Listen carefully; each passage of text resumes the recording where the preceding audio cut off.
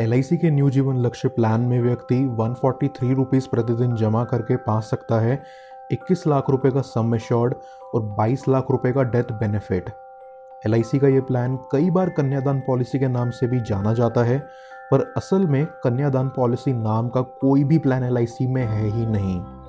तो इस प्लान को और भी अच्छे से समझने के लिए हम इसको एक एग्जाम्पल के साथ पूरी डिटेल में समझेंगे, और उससे पहले ये जानते हैं कि इस प्लान को लेने के लिए क्या क्या एलिजिबिलिटी क्राइटेरिया है। एलिजिबिलिटी क्राइटेरिया में सबसे पहले आता है एज। इस पॉलिसी को लेने के लिए जो मिनिमम एज है वो है 18 साल और मैक्सिमम एज है 50 साल, यानी कि 18 साल से 50 साल तक का व्यक्ति इस प्लान को ले सकता है। अब नेक्स्ट बात आती है पॉलिसी टर्म की। पॉलिसी टर्म का मतलब है वो समय का ड्यूरेशन जब तक आपकी पॉलिसी चलेगी। इस प्लान में मिनिमम पॉलिसी टर्म है 13 साल और मैक्सिमम पॉलिसी टर्म है 25 साल, यानी कि आप 13 से 25 साल तक का कोई भी पॉलिसी टर्म चूज कर सकते हो, जैसे कि 16 साल, 18 साल, 21 साल या 24 साल, जो भी आपको ठीक लगता है। अब बात आती है प्रीमियम पेइंग टर्म की, जिसका मतलब है वो टाइम पीरियड जब तक आपको प्रीमियम पे करना होगा। ये एक लिमिटेड प्रीमियम पेमेंट प्लान है, जिसका मतलब है कि आपको कुछ कम सालों के लिए ही इस पॉलिसी का प्रीमियम पे करना होगा। इस पॉलिसी में आपको 3 साल की छूट दी जाती है, जिसका मतलब है कि अगर आपका पॉलिसी टर्म है 13 साल तो आपको बस 10 साल प्रीमियम पे करना होगा। सिमिलरली अगर आपका पॉलिसी टर्म है 25 साल तो आपको बस 22 साल के लिए ही प्रीमियम पे करना होगा। अगली बात आती है सम एश्योर्ड की। सम एश्योर्ड का मतलब है वो अमाउंट जिसका बीमा आपको मिल रहा है, ना कि वो अमाउंट जो आपको पॉलिसी लेते वक्त पे करना पड़ता है। यहाँ इस पॉलिसी में मिनिमम सम एश्योर्ड है 1 लाख रुपए का। आइए अब इस प्लान को एक एग्जाम्पल के जरिए समझ लेते हैं।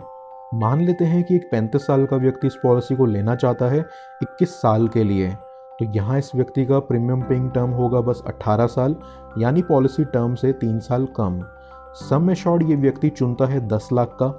इस व्यक्ति के पहले साल का प्रीमियम बनेगा अराउंड 53,140 रुपीज़, जो कि पर डे आता है लगभग 145 रुपीज़ के अराउंड। यहाँ व्यक्ति अपना प्रीमियम का payment yearly, half yearly, quarterly या मंथली किसी भी मोड में कर सकता है।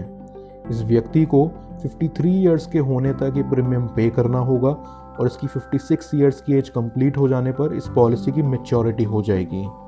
मैच्योरिटी के टाइम पे इन्हें जो अमाउंट मिलेगा वो होगा total sum assured plus bonus plus final additional bonus.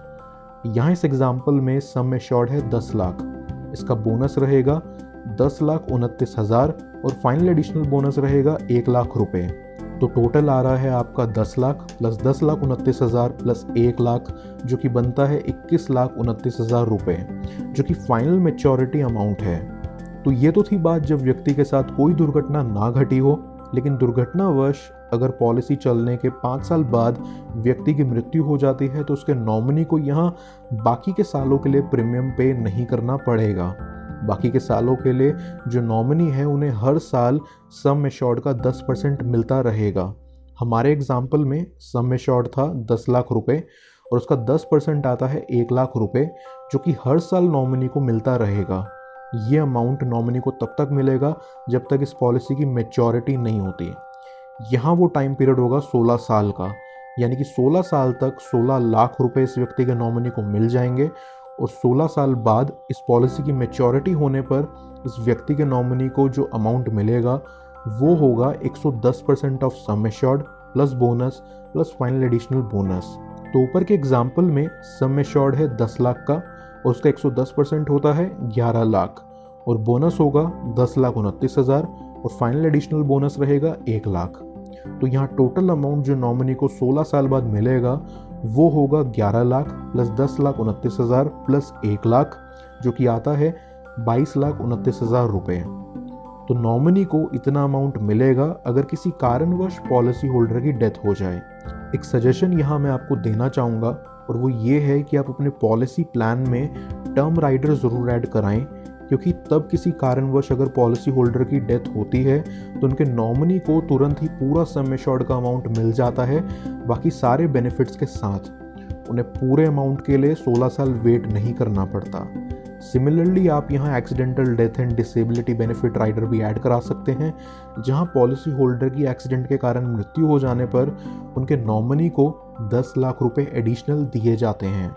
अगर इस कैलकुलेशन को समझने में आपको कोई भी कन्फ्यूजन है तो आप मुझसे नीचे कमेंट्स में अपना सवाल पूछ सकते हैं। आइए बात करते हैं इस पॉलिसी के बेनिफिट्स के बारे में। इस पॉलिसी का जो पहला बेनिफिट है वो है सेटलमेंट ऑप्शन को लेके। इसका मतलब ये है कि इस पॉलिसी की मैच्योरिटी पे जो अमाउंट है उसे आप इंस्टॉलमेंट्स में भी चाहें तो ले सकते हैं। यानी कि आप इस मैच्योरिटी के अमाउंट को 5, 10, 15 या 20 साल के इंस्टॉलमेंट्स में भी चाहें तो ले सकते हैं। अगर आप इस ऑप्शन को चुनते हैं तो इंस्टॉलमेंट अमाउंट पे LIC आपको इंटरेस्ट भी देगा। बस आपको इस पॉलिसी के ख़त्म होने के 3 महीने पहले LIC को ये इन्फॉर्म करना पड़ेगा कि आप ये अमाउंट इंस्टॉलमेंट्स में लेना चाहते हो या नहीं। वैसे ही व्यक्ति का नॉमिनी भी डेथ बेनिफिट्स को चाहे तो इंस्टॉलमेंट में ले सकता है। नेक्स्ट बेनिफिट आपको मिलता है लोन बेनिफिट के आकार में, जहां पॉलिसी पे चाहें तो लोन भी ले सकते हैं। बस इस पॉलिसी को 2 साल पूरे करने होंगे और उसके बाद ही आप इस पे लोन ले सकते हो और लोन के अमाउंट पे आपको LIC को इंटरेस्ट पे करना पड़ेगा। इन सब के अलावा LIC ने इस पॉलिसी पे सरेंडर बेनिफिट भी दिया है। इसका मतलब है कि अगर आप पॉलिसी चलने के 2 साल बाद इसको सरेंडर करते हो तो आपको एक सरेंडर वैल्यू मिलेगा, पर अगर 2 साल से पहले आप इससे सरेंडर करते हो तो आपको कुछ नहीं मिलता है। इस पॉलिसी में आपको ग्रेस पीरियड का बेनिफिट भी मिलता है। ऐसा कई बार होता है कि व्यक्ति किसी कारणवश प्रीमियम को भर नहीं पाता है, तो उस केस में LIC उन्हें कुछ एक्स्ट्रा दिन देती है कि वो उस प्रीमियम को पे कर पाएँ। अगर व्यक्ति ने monthly mode of payment choose करा है तो उन्हें 15 दिन का ग्रेस पीरियड मिलता है, और अगर व्यक्ति ने किसी भी और मोड को चूज़ करा है तो उन्हें 30 दिन का ग्रेस पीरियड मिलता है। हर एक पॉलिसी की तरह यहाँ आपको टैक्स बेनिफिट्स भी मिलते हैं, जहाँ आप अपना प्रीमियम अमाउंट टैक्स से घटा सकते हैं, जिससे आपकी इनकम फ्यूचर में बढ़ती है तो टैक्स पे मैक्सिमम सेविंग्स आपको मिल जाती है। ये थी पूरी जानकारी LIC जीवन लाभ प्लान के बारे में। 80 रुपये प्रतिदिन में 90 लाख रुपयों का बेनिफिट पाने के लिए अभी देखें आपकी स्क्रीन पर मौजूद LIC new Jeevan Anand plan की वीडियो।